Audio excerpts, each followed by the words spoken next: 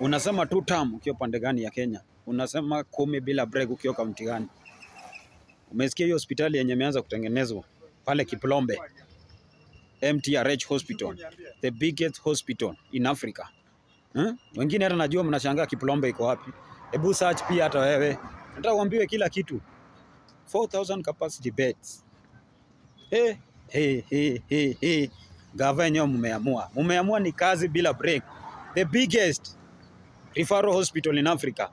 Watu wote sasa manchi zingine zote huko utakuwa referred pale. Mashini zote za kimataifa. Magonjwa yote pale itakuwa inaangaliwa. Mambo sasa kwenda India, kwenda Ujerumani, sorted. Tukiwaambia ground kazi inafanyika, wengine mnasema ni uongo. Ona hiyo hospitali hapo juu hiyo. Very big. Afrika mzima hakuna hospitali kama hiyo. Ni Kenya tu ndio itashuhudiwa. Hebu mwambie boss abarikiwe na mwambie 2 term.